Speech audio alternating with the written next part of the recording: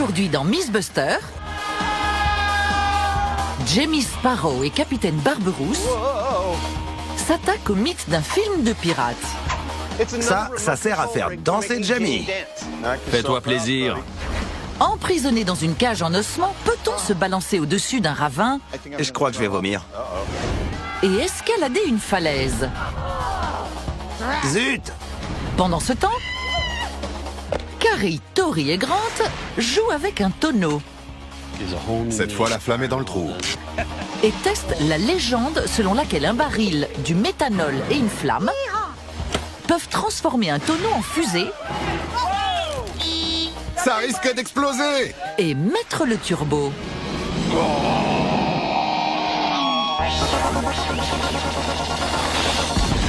Qui sont les Mythbusters? Adam Savage Je rejette votre réalité et la remplace par la mienne. et Jamie Heineman. C'est parti pour l'aventure. À eux deux, ils ont plus de 30 ans d'expérience dans le domaine des effets spéciaux. À leur côté, Tori Belleci, Cramons ce machin! Grant Imahara Sauvez-vous! et Carrie Byron.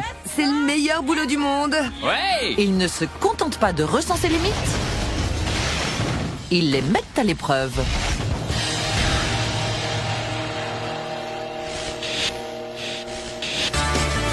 Pour commencer, Adam et Jamie s'intéressent à une scène mythique de film.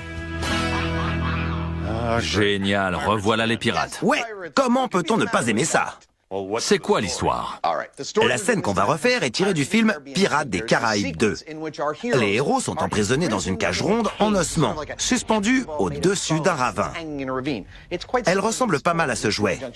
Dans le film, ils utilisent leur poids pour se balancer d'un côté, puis de l'autre, avant de s'agripper aux lianes qui tapissent la paroi de la falaise. Ensuite, ils l'escaladent et parviennent à s'échapper. Voilà ce qu'on va faire. Tu vas pas parler comme un pirate tout du long, si? Je suis pas obligé, mais j'aimerais bien, du moins un peu. En balançant la cage, le groupe de flibustiers parvient à atteindre la falaise. Mais la physique du film est-elle fiable? Peut-on vraiment prendre assez d'élan pour se balancer et traîner sa jambe de bois jusqu'au sommet du précipice? C'est quoi le plan? L'élément principal de l'histoire, c'est la cage en ossements. Donc, on va commencer par là. Il faut qu'elle soit résistante parce que dans le film, ils sont 6 à l'intérieur et on va faire pareil. Et il faut qu'elle soit légère parce qu'on va devoir la hisser jusqu'en haut. Exact. Il faut aussi qu'elle ait l'air d'être en vrais ossements. Mettons-nous au boulot. D'accord. Au final, nos Mythbusters seront emprisonnés dans une cage en ossements. Jamie, je suis prêt pour le test. À l'atelier, la boule de 2,50 m commence à prendre forme. Comme du beurre. Comme du beurre. Et voilà. Tada! C'est super. 2,66 m. Parfait. 8 barres sont courbées et soudées ensemble pour former une sphère géante. Voilà notre cage, du moins la structure de base. Elle est encore un peu fragile, mais on va la renforcer à l'aide de triangles sur toute sa surface. Quand on aura fini, ce sera une sorte de dôme géodésique organique bien solide. Le treillis métallique est soudé pour renforcer la structure de la boule. La conception paraît simple, mais elle est pensée pour parer à toute éventualité. On a choisi cette méthode. Des tubes en acier ultra fins, ultra légers, avec des rondelles à chaque sommet. Parce que la cage doit pouvoir supporter 6 personnes tout en restant la plus légère possible pour qu'on puisse la hisser en haut de la falaise. Quand je serai maître du monde, je garderai mes prisonniers dans ce genre de cage. Je crois qu'on a réussi, mais pour en être sûr, on va la suspendre au plafond, grimper à l'intérieur et voir ce que ça donne. On va aussi essayer de se balancer pour voir si c'est possible. Telle une Cendrillon de l'ère industrielle, Adam veut tester sa citrouille géante avant d'aller au bal des pirates. Oh la vache! Ok, viens. C'est une démonstration de faisabilité cruciale. Elle a l'air de bien supporter notre poids. Jusque-là, tout va bien. En arrière, Mais peut-elle se balancer?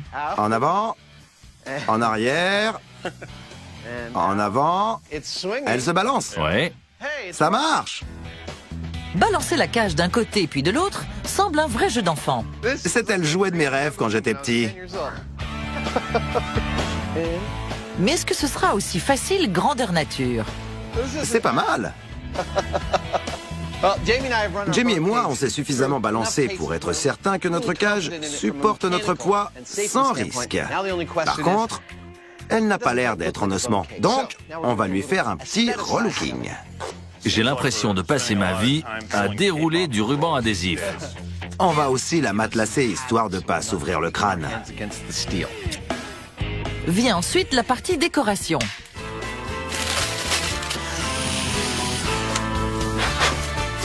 Les crânes et les os apportent la touche cannibale qui manquait.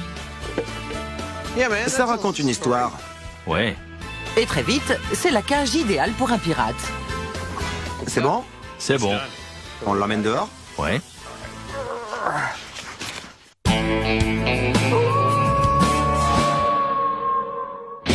Et maintenant, voyons ce qu'il en est de ce baril fusée.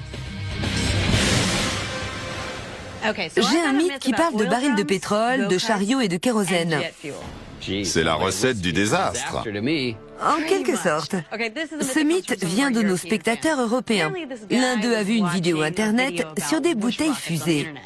Ah oui, au lieu d'utiliser de l'eau sous pression, ils utilisent du kérosène. Oui, c'est ce que le type en question a vu. Mais il a décidé de placer la barre plus haut en attachant un baril de pétrole de 210 litres sur un chariot et en ajoutant du kérosène. Et là, il a sauté dessus et il est parti comme un fou. À une vitesse dingue. Si ça marche, je propose qu'on le fasse tous. Évidemment. Les détails de ce mythe sont étonnamment précis. 15 litres de méthanol dans un baril de 210 litres plus une flamme, et vous obtenez la course de votre vie. Mais cette balade à dos de baril est-elle réaliste ou n'est-ce que du vent? Ça m'a l'air assez simple. On prend un chariot, on y attache un baril de 210 litres, on le remplit de méthanol, on saute dessus, on l'allume et c'est parti. Ou alors, on saute pas dessus, on l'allume à distance et on reste très très loin. Ouais, c'est plus sûr.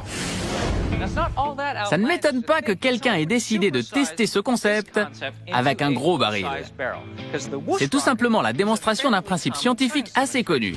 Je vous montre. Du méthanol, on secoue et on allume. Et voilà. Quand le liquide volatile dans la bouteille s'enflamme, les gaz en expansion sortent par le goulot, ce qui crée une poussée suffisante pour avancer. Reste à savoir si en augmentant la taille des ingrédients, on peut obtenir la vitesse démesurée du mythe. Il roule, c'est bon. Ça va être génial. Pour le vérifier, direction les grands espaces. Un baril fusé au méthanol, j'adore. On est sur le champ de tir du shérif du comté d'Alameda pour tester notre bolide au méthanol. T'en fais pas, tu sentiras rien. Le pilote a pris place, il est temps d'ajouter le fameux méthanol. 15 litres. On le secoue un peu. Comme pour la version miniature, le carburant a besoin d'un coup de main C'est pas ta première fois, on dirait. Comment t'as deviné? afin de créer avec l'air un mélange potentiellement explosif. Ok. Enfin, Grant fixe une fusée sur une voiture téléguidée afin de procéder à l'allumage pour peut-être faire décoller le baril. Ok, c'est parti. Mise à feu dans 3, 2, 1...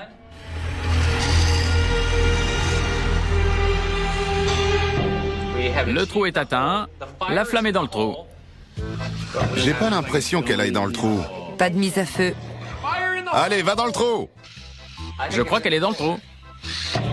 Oui. À l'inverse du mythe, la fusée n'enflamme pas le carburant et le baril reste immobile. Quelle déception. C'est le moins qu'on puisse dire. Je crois que la voiture a pris feu. Mais si la première tentative est un échec, Peut-être que le type du mythe a eu du bol en trouvant le bon rapport air-carburant.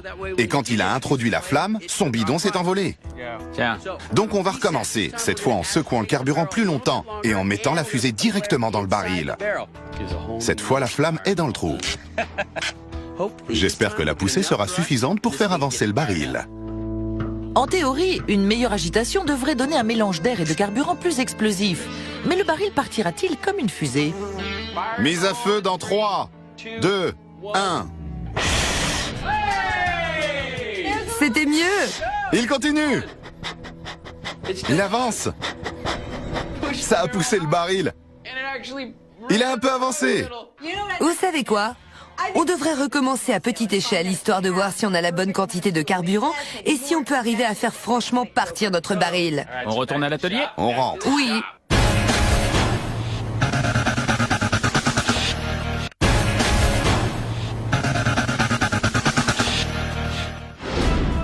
Suspendus au bout d'une corde, 6 affreux boucaniers se balancent pour retrouver la liberté. Mais cette prouesse cinématographique est-elle un mythe? Pour le savoir, Adam et Jamie sont prêts à payer de leur personne. Pour tester la balançoire en ossements de Pirates des Caraïbes, il va nous falloir une grande falaise. Trouvé!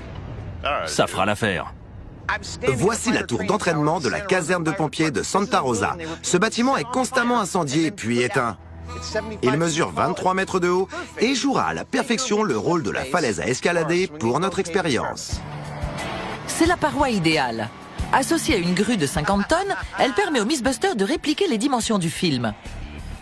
En analysant les images, on a calculé que la cage est suspendue au bout d'une corde de 24 mètres.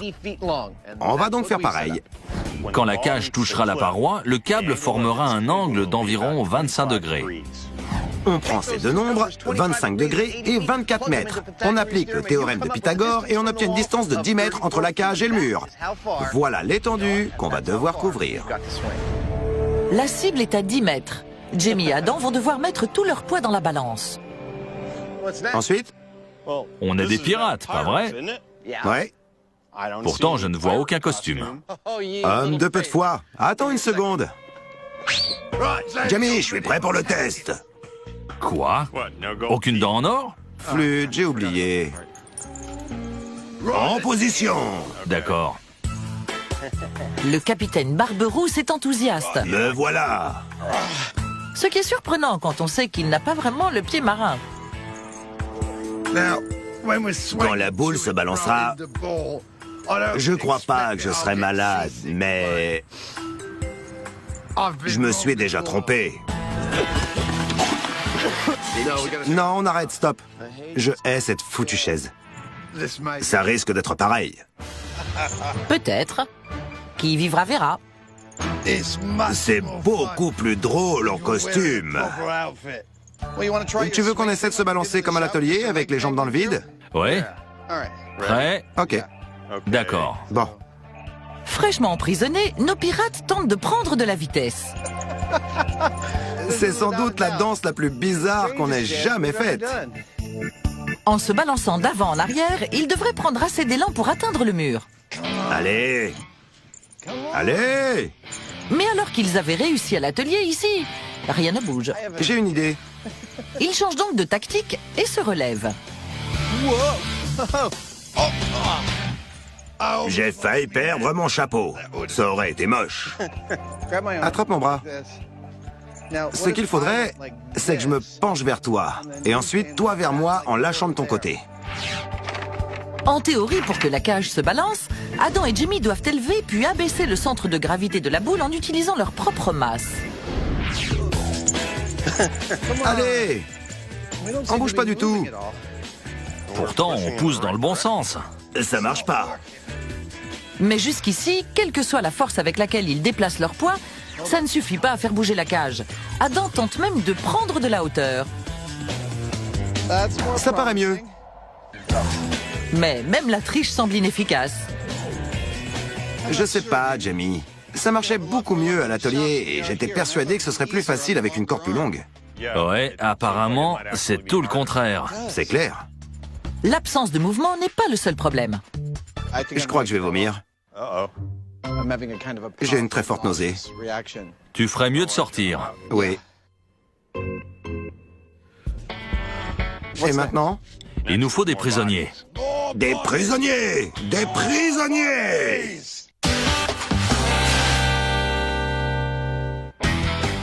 D'après une vidéo internet, un casse-cou aurait soi-disant rempli un baril de carburant, craqué une allumette et filé à une vitesse folle. Mais transformer un baril en fusée Quelle déception! est loin d'être aussi simple. Les Mythbusters retournent donc à l'atelier pour reproduire l'expérience du rodéo à dos de baril à petite échelle et tester les paramètres un par un, en commençant par le carburant.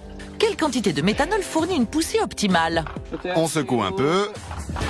Ils essaient d'abord le même rapport que dans le mythe, 7%. Bien agité. Prêt à l'allumage. C'est comme ça que je joue à la poupée. C'est parti dans 3, 2, 1. Il y a eu une poussée. Tout comme en extérieur, 7% ne font pas beaucoup avancer le chariot. Diminuer le carburant de moitié changera-t-il quelque chose? 3,5%. On y va dans 3, 2, 1. C'est presque pareil. Ouais, ça change rien. 3,5% donne un résultat similaire. Il diminue donc au maximum la proportion de carburant. Par le passé, on a utilisé différents gaz pour créer de la poussée, comme notre fusée au propane. Et on s'est aperçu qu'avec juste les vapeurs et un tout petit peu de carburant, on obtenait une très forte poussée. Donc, logiquement, avec un minimum de carburant et un maximum de vapeur, on devrait voir notre engin filer jusqu'en bout de piste. On va descendre à 0,1%, presque uniquement des vapeurs. À mon avis, il va faire un bon démarrage. Je ne sais pas jusqu'où il ira, mais ça devrait être pas mal. Dans 3, 2, 1... Bon, il a avancé d'au moins 60 cm. La poussée était bonne. La bonne nouvelle, c'est qu'avec un rapport air-carburant de moins d'1%, on double la poussée. La mauvaise, c'est que c'est plus un escargot qu'une fusée. Quel que soit le rapport air-carburant essayé, on n'obtient pas le missile dont parle le mythe. Mais je ne veux pas m'arrêter là. Je veux voir une vraie fusée. On peut pas faire quelques modifications? Essayons, on verra ce que ça donne. Super. Même si le mythe précise bien que le baril n'a pas été modifié, pour donner sa chance à notre fusée, les règles doivent être adaptées. La première consiste à transformer le carburant liquide en vapeurs inflammables. On va essayer d'agiter le méthanol avec de l'air. Ça aura deux conséquences. Introduire plus d'oxygène et générer davantage de vapeur. On espère que ça nous donnera une plus grande poussée. Mais nos Mythbusters ne s'arrêtent pas là. On va ajouter une tuyère. Ça devrait accélérer l'évacuation des vapeurs et augmenter la poussée. Avec son agitateur intégré et sa tuyère concentrant la poussée, le mini-baril va-t-il foncer? C'est parti, j'envoie l'air à 0,34 bar. Ouais! Recommence! La tuyère marche super bien. Cette nouvelle approche semble être la bonne. Les modifications triplent la distance. Le seul problème, c'est qu'après être arrivé en bout de piste en 3 poussées, le décor prend feu. Regardez! La piste brûle! Ça brûle. Oh non! Heureusement, le pompier de service éteint rapidement les flammes. C'était génial. Il aurait pu continuer si la piste avait pas pris feu et si c'était pas devenu aussi dangereux. Dangereux, certes, mais un très bon début malgré tout. L'équipe peut à présent rendre ses modifications plus sûres et plus efficaces. On sait que la tuyère améliore la poussée. Mais grandeur nature, on doit tout optimiser et mieux utiliser l'énergie dont on dispose. Ma théorie, c'est qu'on perd beaucoup d'énergie quand les gaz en expansion négocient l'angle droit pour sortir par la tuyère. Je vais essayer de fabriquer un entonnoir et de déplacer la bonde au centre. Comme ça, les gaz en expansion vont pouvoir accélérer de manière fluide, puis sortir par la tuyère en augmentant la poussée. Tandis que Grant améliore la tuyère, Tori donne un coup de fouet à l'injection de carburant. Voilà ce qui va se passer à l'intérieur du baril. Au début, le carburant était dans le baril et on y injectait de l'air pour créer des vapeurs. Ce qui serait cool, c'est qu'on introduise le carburant grâce à un pulvérisateur de peinture. On aura de l'air et du méthanol pulvérisé, ce qui le rendra plus facilement inflammable. Une fois la conception améliorée, le baril à roulettes est à nouveau prêt pour le test. Ok, tuyère plus longue, entonnoir et carburant oxygéné, c'est parti dans 3, 2, 1.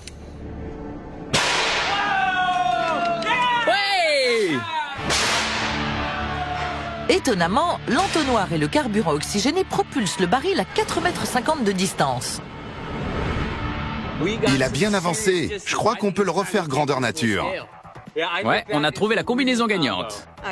On a une cuillère plus longue, un entonnoir et l'aération. Ça va être génial, grandeur nature. Ça va marcher. Moi, je me demande comment on va l'arrêter.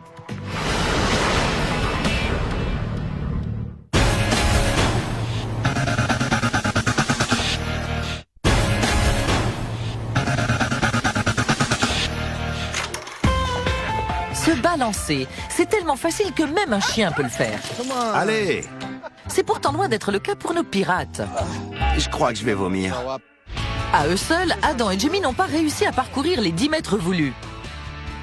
Montez, venez l'essayer. Rejoints par 4 trapézistes professionnels, nos 2 Mythbusters ont désormais le même nombre d'hommes que dans le film. 1, 2, 3. En arrière, Cette masse supplémentaire leur permettra-t-elle d'atteindre la paroi? en arrière. Go. Elle se balance un peu. L'équipage commence par essayer la méthode du film. En arrière. Ça va? Oui, j'ai des genouillères. Mais c'est un coup d'épée dans l'eau. Ça va? Oui. Ok. Prêt? En arrière encore une fois. Désolé. Bon, la méthode du film, courir d'un côté à l'autre, ne fonctionne pas du tout. On n'est pas du tout synchronisé et on n'arrête pas de tomber. C'est dangereux et pas du tout efficace. Ce qu'on sait, c'est que pour faire bouger la cage, on doit avant tout déplacer le centre de gravité de la cage. Comme un enfant sur une balançoire, on doit l'élever sur la montée et l'abaisser en descente. C'est comme ça qu'on aura suffisamment d'élan pour parcourir la distance voulue. Afin de concentrer leurs efforts sur le centre de gravité, ils décident d'utiliser une sangle. Poussez. Ouais! Ils coordonnent ainsi leur rythme de chaque côté du centre de gravité Ouais! et parviennent à se balancer. C'est le sport le plus bizarre du monde. Pliez les genoux. Poussez. Mais après 40 minutes de ce petit jeu, la falaise reste toujours aussi inaccessible. On a réussi à se balancer, mais sans aller bien loin. Le câble et la boule semblent absorber toute notre énergie en se tordant et en rebondissant, au lieu de concentrer le mouvement de balancier dans une seule direction. La seule chose qu'on puisse faire, c'est raccourcir le câble. Espérons que ça fonctionne. En raccourcissant le câble, le centre de gravité est déplacé, ce qui devrait amplifier le mouvement de balancier. Mais cela sera-t-il suffisant? Le câble est plus court. Voyons si ça marche. Poussez, poussez.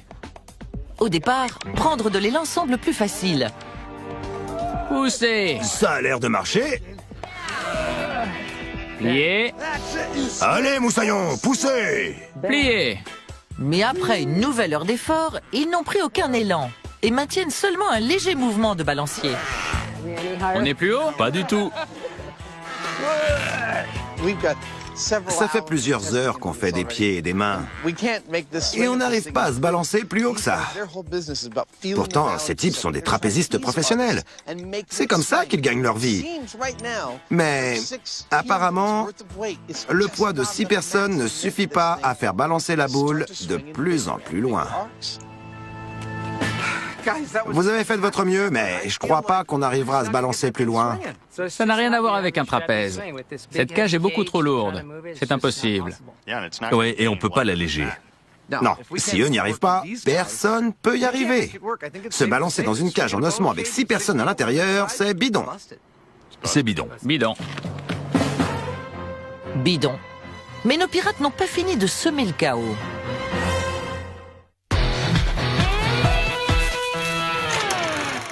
Tout le monde sait que tout est plus marrant avec un turbo. 3, 2... Mais le premier baril fusée de nos Mythbusters portait mal son nom. Il se passe rien. Après quelques modifications à petite échelle, ils ont augmenté la poussée et sont prêts à tester le mythe grandeur nature. Grâce à nos modifications à petite échelle, notre baril a réussi à traverser l'atelier. Mais le projet a évolué pour finalement aboutir à ce qu'on appelle un pulsoréacteur. Dans une bouteille fusée, le carburant est enflammé dans la chambre et les gaz en expansion créent une poussée. Mais tout s'arrête après une seule grosse explosion. Dans un pulsoréacteur, la poussée est continue. Les gaz qui s'échappent créent une zone de basse pression dans la chambre. De l'air est aspiré pour combler le vide et relancer la combustion. Le cycle de poussée se répète tant qu'il y a du carburant et une source d'allumage. En effet. Mais pour reproduire l'expérience grandeur nature, il y a du pain sur la planche. À commencer par l'injection de carburant portative. Pour que ça fonctionne, il faut une admission constante d'air dans le baril. Et pour qu'elle soit portative, je vais utiliser une bouteille de plongée. La pression de l'air est de 207 bars.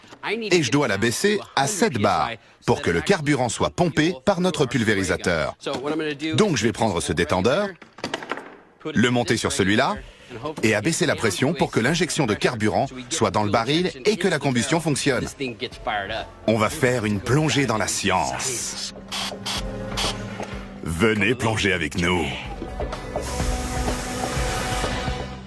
On a de l'air. Le problème de l'injection de carburant étant résolu, Carrie s'attaque aux roues du futur missile. Je construis notre chariot. Je veux qu'il roule hyper facilement pour que la poussée l'envoie à l'autre bout de la piste. Donc, j'utilise des pneus de vélo qui offrent une faible résistance. Le chariot sera plus facile à pousser. Je veux aussi qu'il soit ultra léger. Donc, j'utilise le moins de matériaux possible pour que notre engin puisse se transformer en fusée sans problème. Carrie a caréné l'engin. Mais pour en faire un missile, le plus important, c'est l'arrière. Étant donné le succès de l'entonnoir et de la tuyère longue à petite échelle, on va le refaire en grandeur nature. Là, on dirait un beignet, mais bientôt, ce sera un cône. Pendant que Grant fait de la pâtisserie, Tori s'occupe de la tuyère. Sacré morceau. Et voilà l'entonnoir. Luc, je suis ton père. Rejoins-moi et ensemble, nous régnerons sur l'univers. Salut. J'ai un tuyau pour ton trou. L'entonnoir et la tuyère sont terminés. Le baril est monté et Carrie décide de lui donner un peu plus de personnalité. Voilà ce que je voulais monter à l'avant de notre baril. C'est la classe, mais c'est surtout très lourd et puisque le poids compte, je vais en fabriquer une version miniature avec ce crâne de chien. Ça va quand même déchirer.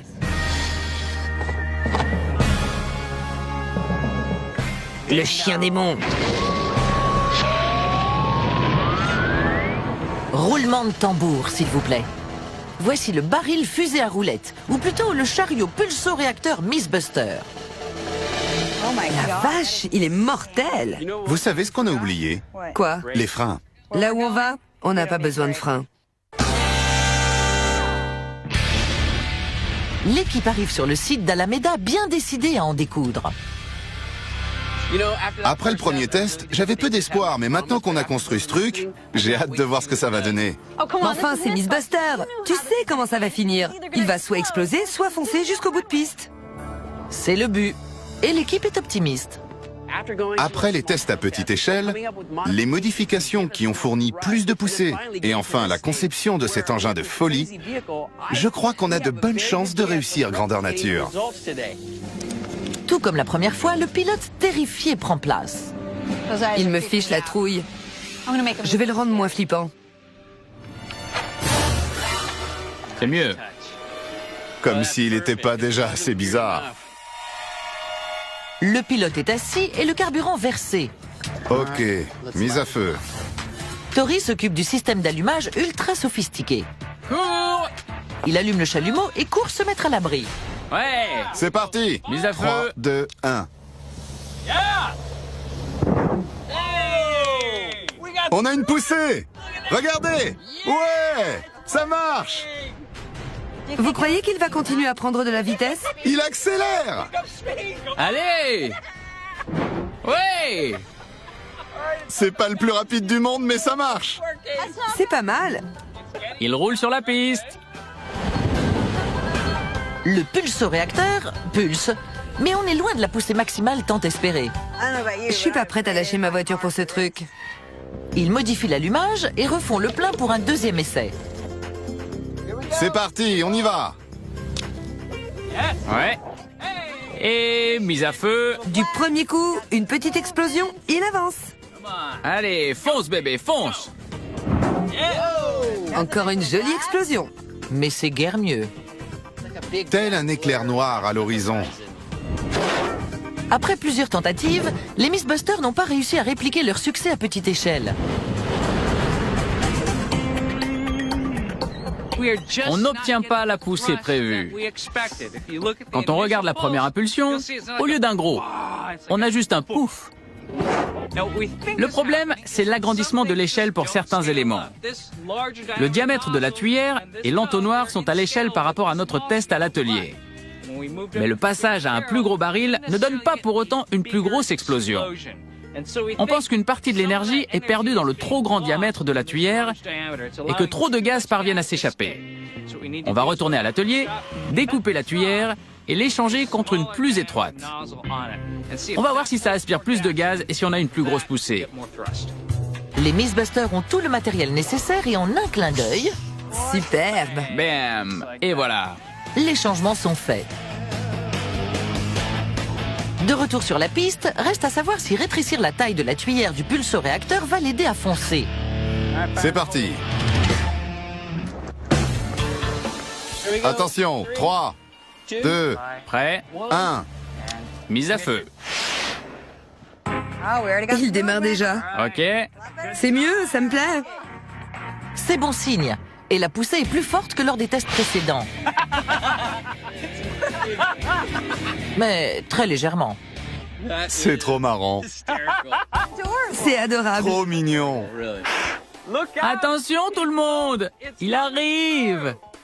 Moi qui avais peur qu'on puisse pas l'arrêter. On a mis toutes les chances de notre côté pour que ça réussisse.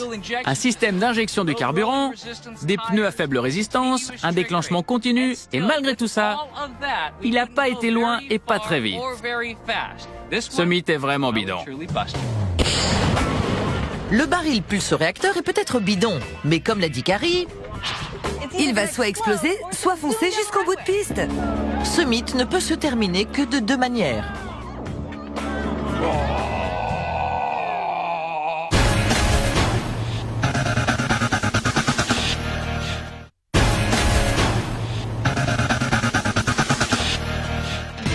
On a testé minutieusement la première partie de l'histoire, la balançoire, et elle est complètement bidon. Poussez. 6 personnes ne peuvent pas faire balancer la cage. C'est impossible. Mais l'histoire ne s'arrête pas là. Et c'est ce qu'on va voir maintenant. Oui, car il reste l'escalade. Si nos sacrés pirates trichent et sautent la partie balançoire, pourront-ils hisser la cage en haut de la falaise? Mais d'abord, il leur faut quelque chose pour s'accrocher. Ça te va? Ouais, c'est bon. Ce filet va remplacer les lianes du film. Et voilà un trophée digne d'un pirate. Avec un drapeau à capturer, Adam convoque tous ses hommes sur le pont. Moussaillon, l'heure est venue. Pour rester fidèle au film, on a remis une longueur de câble de 24 mètres. Le bâtiment derrière moi sera la falaise. Et le filet, les lianes. On va grimper dans notre cage et la faire se balancer. Les 6 flibustiers reprennent leur place. Mais cette fois, ils font appel à quelques hommes forts sur la terre ferme.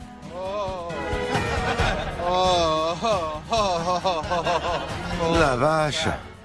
C'est parti. Dans 3, 2, 1, allez.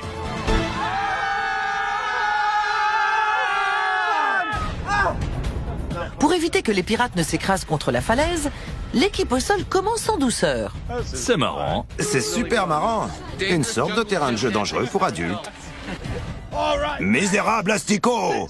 On doit atteindre ce mur! 3, 2, 1, go!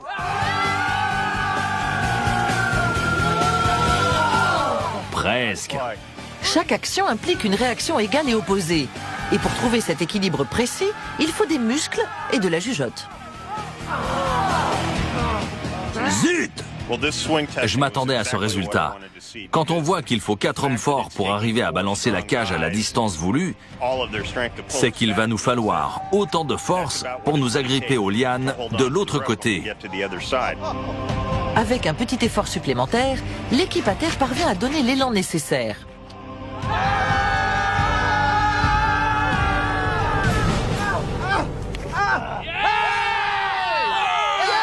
Ça y est! On la tient! On peut s'applaudir bien fort! Ah non, on peut pas. Ok, on lâche dans 3, 2, 1, lâchez! Nos brigands sont euphoriques. On applaudit bien fort les pirates! À leur grande surprise, s'accrocher n'était pas aussi difficile que prévu. On a réussi à atteindre la paroi et à nous accrocher. Ça demande pas mal de force, mais au moins, pas besoin de supporter notre poids et celui de la cage. Il suffit juste de tenir bon.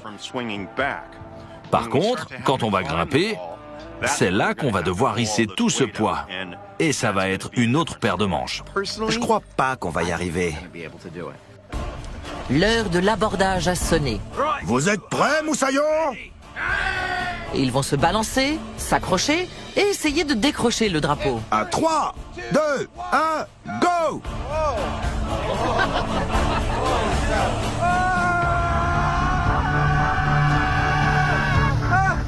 Ouais! Je le tiens! Essayez de grimper! Les pirates se cramponnent au filet comme à un trésor et commencent l'escalade. Une main après l'autre, chacun y met du sien. On monte! Oui, Ça marche! Et à la surprise de nos deux Mythbusters, la cage de 680 kilos fait son ascension. Ça marche! On est bientôt libre! Je suis tellement content! J'ai l'impression d'être William Wallace! La boule atteint le premier étage, puis le second. Attrapez le drapeau!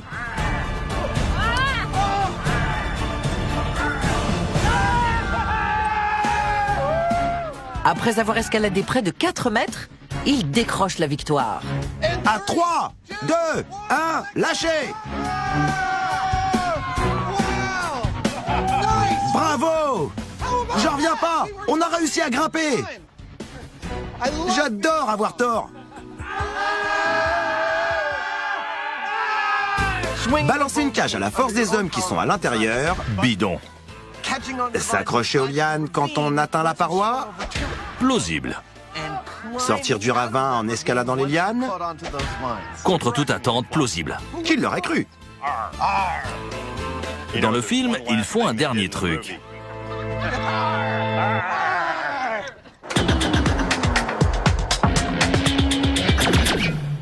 Clairement, le mythe du baril fusée est bidon. d'abord, ça ne pourra jamais marcher avec du méthanol et un allumage comme dans le mythe. Et ensuite, même avec toutes nos modifications, il n'a jamais roulé très vite.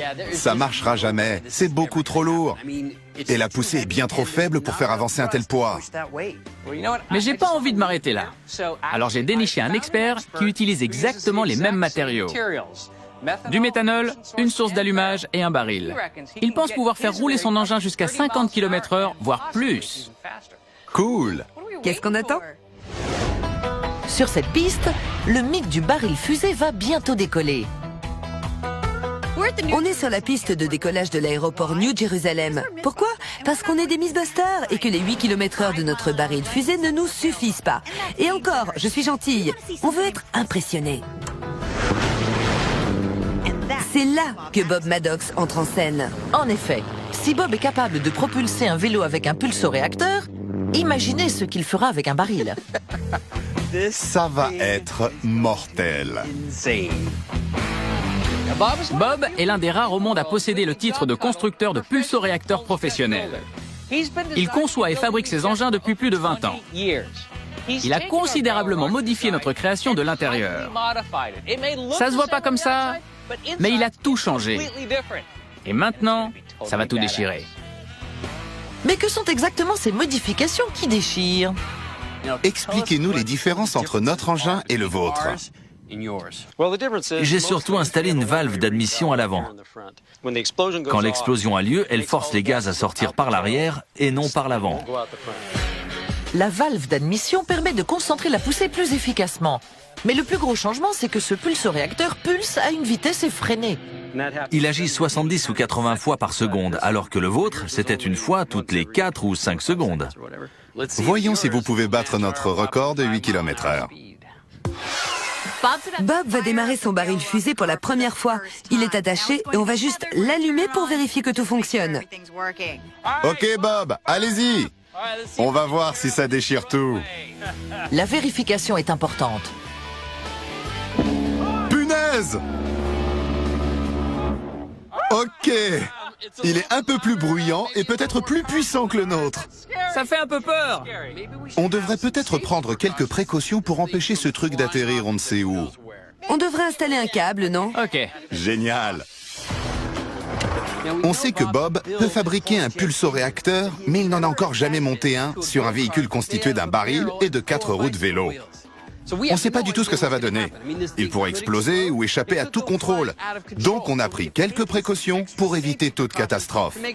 Pour commencer, on a un câble en acier qui court sur toute la longueur de la piste et qui va maintenir sa trajectoire. On a aussi installé un dispositif d'arrêt d'urgence au cas où on perdrait le contrôle du véhicule. Enfin, on a installé des barrières en bout de piste, comme ça, dans le pire des cas, il pourra être arrêté. On va rester à l'abri derrière la paroi anti-explosion pendant tout le test. Ça va être génial et surtout sans risque. 1 km 200 de câble, ça devrait le faire rouler droit. Bob perfectionne son moteur depuis des années. On a construit le nôtre en 3 jours et on a atteint 8 km/h. J'espère que le sien fera mieux. Sûrement. À moins qu'il explose. Quoi qu'il en soit, ce sera cool. Il a connu des jours meilleurs. Notre effrayant pilote reprend sa place. Vont-ils enfin atteindre leur but et voir leur baril filer à toute allure? C'est l'heure de vérité. Je suis prêt. Vous êtes prêts à nous éblouir? C'est parti. Je vais mesurer sa vitesse. Je suis sûre qu'il va décoiffer. Allez. L'équipe se met à bonne distance et laisse à Bob la responsabilité de la mise à feu. Avant de courir se mettre à l'abri. Ok, baril fusée à pulsoréacteur sous stéroïdes dans 3, 2, 1. Le baril est libéré. Il est parti! Il file à toute allure sur la piste. Ouais! 80 km/h. C'est génial! N'empêche, ce mythe est bidon. Quand on voit à quoi on a eu recours pour que ça marche. Un professionnel! Bob, c'était mortel. Beau boulot. Après une longue série d'échecs, les Mythbusters ont enfin leur happy end. L'engin a parcouru 1600 mètres à très grande vitesse. Notre baril fusée, avec l'aide de Bob, a atteint les 80 km/h en à peu près 140 mètres. Je suis sûr que sans le câble et avec plus d'espace, il aurait pu rouler encore plus vite. Mais on n'avait pas besoin de plus pour ce mythe. Le seul truc qui vous échappe sûrement chez vous, et dont on se rend compte sur place, c'est du boucan que fait ce machin. Ça fait...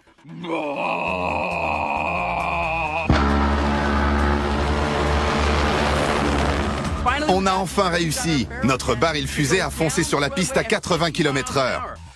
Ok, on a dû faire venir un professionnel avec un pulsoréacteur complètement différent. Mais on a quand même un baril avec un type dessus qui roule à 80 km/h. Le mythe est bidon, mais c'était génial.